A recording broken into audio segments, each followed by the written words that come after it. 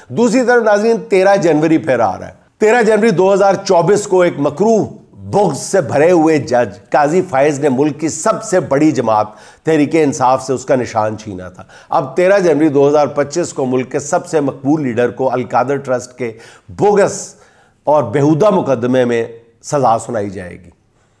اب صرف دیکھنا یہ ہے کہ سزا 10 سال کی ہوگی یا 14 سال کی. کیس کا فیصلہ جج ناصر جاوید رانا صاحب تک پہنچ چکا ہے کہا یہ جاتا ہے، اور اس کیس میں القادر ٹرسٹ کے چیف فائنانس آفیسر عدالت میں گواہی دے چکے ہیں کہ القادر ٹرسٹ سے عمران خان یا ان کی فیملی کا کوئی ایک فرد ایک پائی کا فائدہ نہیں لے رہا اور نہ ہی آئندہ لے سکتا ہے. اس گواہی کی بنیاد پر ہائی کورٹ نے اس کیس میں عمران خان کی ضمانت منظور کی تھی، اور عدالت نے ضمانت کے فیصلے میں لکھا تھا کہ چیف فائنانس آفیسر کی گواہی کے بعد اب القادر ٹرسٹ کیس میں مزید انکوائری درکار ہے. اس فیصلے کی وجہ سے عمران خان کی لیگل ٹیم کا یہ کہنا ہے کہ یہ کیس ہائی کورٹ میں 1 یا 2 پیشیوں سے زیادہ ٹھہر نہیں پائے گا. اور ناظرین دوسری طرف الیکشن ٹریبیونل سے من پسند فیصلے آنا شروع ہو گئے.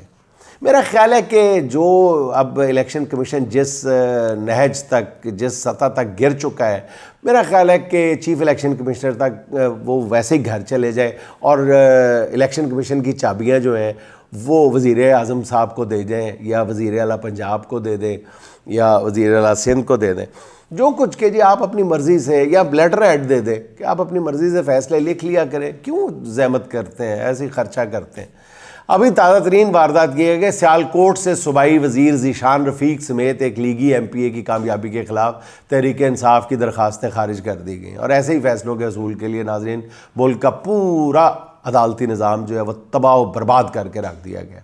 حکمرانوں کو مبارک ہو کہ ٹریبیونلز ان کی منشا کے عین مطابق فیصلے دے رہا ہے. اچھا ناظرین، پاکستان میں امریکہ کے سفیر ڈونلڈ بلوم جو رجیم چینج کے حوالے سے اہم نہیں بلکہ اہم ترین کردار قرار دیے جاتے ہیں، وہ اپنا 3 سالہ عہدہ سفارت مکمل کر کے واپس امریکہ روانہ ہو گئے، جس کے بعد اب چمگوئیاں شروع ہو گئی ہیں کہ پاکستان میں امریکہ کا اگلا سفیر کون ہوگا. اس حوالے سے امریکہ سے جو خبریں آ رہی ہیں وہ اس وقت حکمرانوں کی میرا خیال راتوں کی کیا دن کی نیندیں کیا، مطلب سر میں درد کا باعث بنی ہوئی ہیں وہ خبریں. ذرائع یہ کہہ رہے ہیں کہ ڈونلڈ ٹرمپ کو ریپبلکن پارٹی کی قیادت کی طرف سے یہ پیغام پہنچایا گیا ہے کہ زلمے خلیل زاد کو پاکستان میں امریکہ کا اگلا سفیر نامزد کیا جائے. اب ذرائع یہ کہتے ہیں کہ اس حوالے سے اوورسیز پاکستانیوں نے باقاعدہ لابنگ شروع کر دی ہے. امریکہ میں انسانی حقوق کی معروف کارکن ایل مورگن نے زلمے خلیل زاد کو پاکستان میں سفیر کے طور پر بہترین چوائس قرار دیا ہے. ان کا کہنا ہے کہ زلمے خلیل زاد پاکستان ہی نہیں پورے خطے کی سیاست اور جغرافیائی حیثیت کو سب سے زیادہ سمجھنے والے امریکی ہیں، اور اگر زلمے خلیل زاد ناظرین پاکستان میں یہ سفیر ان کو متعین کر دیا گیا تو پھر آنے والے دن جو ہیں وہ کیا ہوں گے سب کے لیے، یہ اندازہ لگانا کوئی مشکل کام نہیں ہے. زلمے خلیل زاد اپنی ہر دوسری ٹویٹ میں پاکستان میں جو کچھ 2-2.5 سال کے دوران ہوا ہے اس پہ بالکل ایک برہنہ شمشیر کی طرح برستے ہوئے نظر آ رہے ہیں. اچھا ناظرین، آخر میں امریکہ کے شہر لاس اینجلس کے مضافاتی جنگل میں 5 روز قبل لگنے والی آگ جو ہے وہ ابھی تک نہیں بجھائی جا سکی، جس سے 12,000 سے زیادہ عمارتیں جو ہیں وہ جل کر خاکستر ہو گئی ہیں. 2 لاکھ سے زیادہ افراد جو ہے نقل مکانی کرنے پہ مجبور ہو گئے ہیں. ہالی ووڈ کے کئی اداکار اور ارب پتی افراد کے گھر بھی آگ کا ایندھن بن گئے ہیں. آگ اس وقت تک غالباً 36,000 ایکڑ سے زیادہ رقبے پر پھیل چکی ہے. میڈیا رپورٹس کے مطابق آگ سے اب تک $150 ارب سے زائد کا نقصان ہو چکا ہے، اور درجنوں انشورنس کمپنیاں اجڑ گئی ہیں. اب دیکھنا یہ ہے کہ امریکہ میں لگنے والی اس آگ کا مقدمہ پاکستان میں بانی پی ٹی آئی کے خلاف کب درج ہوگا. اچھا ناظرین، بات ہو رہی ہے عمران خان کی، جنہوں نے پارٹی کے اندر ہونے والی پالیٹکس کا بھی نوٹس لے لیا. انہوں نے بیرسٹر سلمان اکرم راجہ یعنی وہ چمکھی لڑائی لڑ رہا ہے اکیلا 8x10 کے کوٹھڑی میں بند، وہ بندہ چاروں طرف لڑ رہا ہے. لیکن کیا اللہ تعالیٰ نے اس کو اعصاب دیے ہوئے ہیں، سٹیل نروز کہتے ہیں ان کو، سٹیل نروز، آہنی اعصاب کا مالک ہے، یعنی پارٹی کے اندر بھی نظر ہے، پارٹی کے باہر بھی ہے، سازشوں پہ بھی ہے، طاقتور حلقوں پہ بھی ہے، مخالفین پہ بھی ہے، اور اپنے ووٹر کی نبض پہ ہاتھ بھی ہے اس کا۔ تو جہاں انہوں نے اپنی پارٹی پالیٹکس کا نوٹس لیا، انہوں نے بیرسٹر سلمان اکرم راجہ پر تنقید کرنے والے شیر افضل مروت کو شو کاز نوٹس جاری کرنے کا حکم دیا ہے۔ یہ خبر بھی گزشتہ روز آپ کے خادم نے سب سے پہلے آپ کو دی تھی کہ انہوں نے مروت کے بارے میں کہہ دیا ہے کہ انف از انف، اور آج اس بات کی تصدیق ہو گئی۔ اچھا، ذرائع کا یہ کہنا ہے کہ شیر افضل کے بعد پارٹی کے اندر موجود کئی اور کردار بھی مشکوک سرگرمیوں میں ملوث ہیں، جس کے بارے میں عمران خان پوری طرح آگاہ ہے۔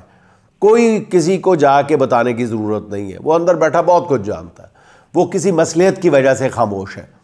البتہ وکٹ کے دونوں جانب کھیلنے والے ان کی وہ جو خان کی نظر ہے ان پر بہت اچھی ہے کہ جو دونوں طرف کھیل رہے ہیں۔ جن لوگوں نے عمران خان کو پاکستان کرکٹ ٹیم کے کپتان کی حیثیت سے فیصلے کرتے دیکھا ہے، انہیں اچھی طرح پتہ ہونا چاہیے کہ بطور کپتان ان کی نظر انفرادی سے زیادہ ٹیم کی مجموعی کارکردگی پر ہوتی ہے، یعنی وہ ہمیشہ رزلٹ دیکھا کرتا ہے۔ خان ہمیشہ رزلٹ پہ نظر رکھتا تھا، وہ یہ نہیں دیکھتا تھا کہ میرا ریکارڈ بن رہا ہے، مجھے کتنی وکٹیں مل جائیں گی، فلاں کو فلاں کا ریکارڈ بن رہا ہے، فلاں کا نہیں بن رہا، اور بطور سیاستدان بھی وہ یہی دیکھتا ہے کہ ملک اور قوم کو کیا ملے گا، مجموعی طور پر جو میرا مشن ہے کہ میں نے قوم کو بیداری کا تحفہ دینا ہے، اس پر میرا فیصلہ جو ہے، کون سا فیصلہ کس انداز میں اثر انداز یعنی کارگر ثابت ہوگا۔ تو دوسری بات، بعض اوقات ناظرین آپ کو لگتا ہوگا کہ خان بہت اپنے ساتھیوں کے حوالے سے بے رحم فیصلے کرتا ہے، لیکن الٹیمیٹلی خان کی نظر جو ہے وہ اجتماعی مفاد پر ہوتی ہے۔ خان کبھی بھی اپنے وفادار ساتھیوں کے ساتھ دغا نہیں کرتا۔ ناظرین، ذہن میں ایک منظر آ رہا ہے کہ حیدرآباد میں سری لنکا کے خلاف ٹیسٹ میچ جاری تھا۔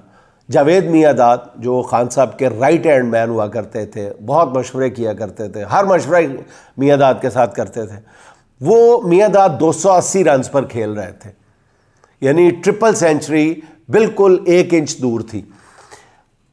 اس وقت عمران خان نے اننگز ڈکلیئر کرنے کا اعلان کر دیا۔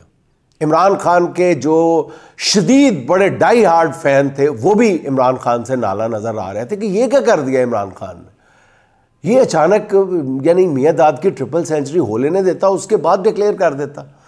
مطلب بالکل ایسے لگ رہا تھا کہ خان نے میاں داد سے زیادتی کر دی ہے، ان کی ٹرپل سینچری مکمل نہیں ہونے دی۔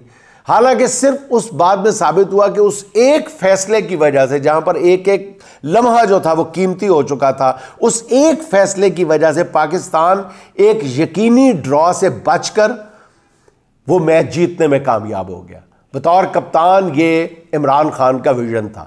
اسی طرح بطور پارٹی قائد جو لوگ عمران خان کو انڈر ایسٹیمیٹ کر رہے ہیں، انہیں بہت جلدی پتہ چل جائے گا کہ ان کی حیثیت کیا ہے۔ فی الحال عمران خان کی نظر جو ہے وہ تبدیل ہوتے ہوئے منظرنامے پہ ہے۔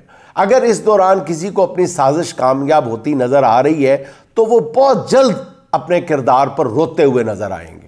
فی الحال عمران خان نے بیرسٹر سلمان اکرم کے پیچھے کھڑے ہونے کا فیصلہ کیا ہے اور وہ پیچھے کھڑے ہوئے نظر آ رہے ہیں۔ ساتھ ہی انہوں نے شہباز گل کو بھی اپنا وفادار ساتھی قرار دیا ہے۔ میرے خیال میں اب پارٹی میں وفاداروں اور دغا بازوں کی چھانٹی کا عمل جو ہے وہ شروع ہو چکا ہے۔ ناظرین، آخر میں اپنے دوست یوسف عالمگیرین کی 2 اشعار سن لیں۔ اپنے شہر کے رہنے والے دیکھ لیے، اپنے شہر کے رہنے والے دیکھ لیے، اجڑی شام اداس اجالے دیکھ لیے، دیکھ لیے اس شہر کے ہم نے باشندے، دیکھ لیے اس شہر کے ہم نے باشندے، تن کے اجلے من کے کالے دیکھ لیے، پل میں تولا پل میں ماشا ہو جائیں، پل میں تولا پل میں ماشا ہو جائیں، گرگٹ جیسے لوگ نرالے دیکھ لیے، جن کے گھروں میں غداروں کا ڈیرا تھا، جن کے گھروں میں غداروں کا ڈیرا تھا، پڑھتے ان کو جان کے لالے دیکھ لیے، پڑھتے ان کو جان کے لالے دیکھ لیے، دن بھر کی بھرپور لگن کا حاصل یوسف، دن بھر کی بھرپور لگن کا حاصل یوسف، ہاتھوں میں نیل پاؤں پہ چھالے دیکھ لیے۔